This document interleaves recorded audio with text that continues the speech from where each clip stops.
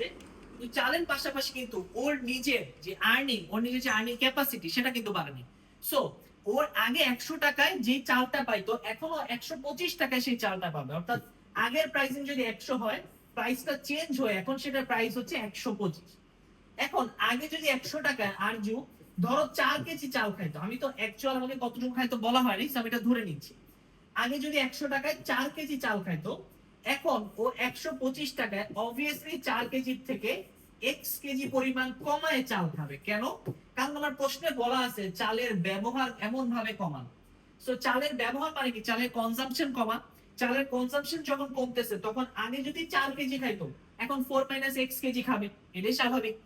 So এরপরে এই যে থটটা বা এই যে প্রসেসটা, এটা যদি তুমি বুঝতে পারো, তারপরে গিয়ে তুমি মেইন ম্যাথটা করবা। দেখো 125 টাকায় সে আসলে কত টাকার পরিমাণ চাল কমাইছে।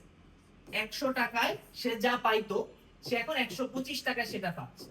কিন্তু সে 125 টাকায় 100 টাকার মতোই চাল খাচ্ছে। তার মানে 125 টাকায় সে চালের ব্যবহার কমাইছে 25 টাকা। 100 টাকায় চালের ব্যবহার কমানো হয়েছে 25 টাকা।